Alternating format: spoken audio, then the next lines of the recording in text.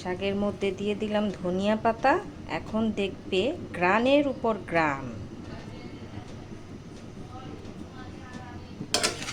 এখন যে কি মজা লাগবে শাক দিয়ে ভাত খেতে। এই তো শাক বাগার দেওয়া শেষ। বেশি করে মরিচ, পেঁয়াজ, বোম্বাই মরিচ, কাঁচা মরিচ দিয়ে বাগার দিয়েছি। এখন শুধু ভাত দিয়ে খাবো গরম গরম। এই যে বেড়ে নিলাম, তারপরে ভাত দিয়ে গরম গরম খেতে যে কি মজা লাগবে ক্ষেতের শাকগুলি।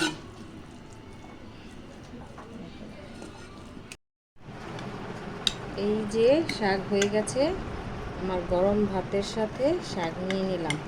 আজকে বেশি করে শাক খাবো আমি।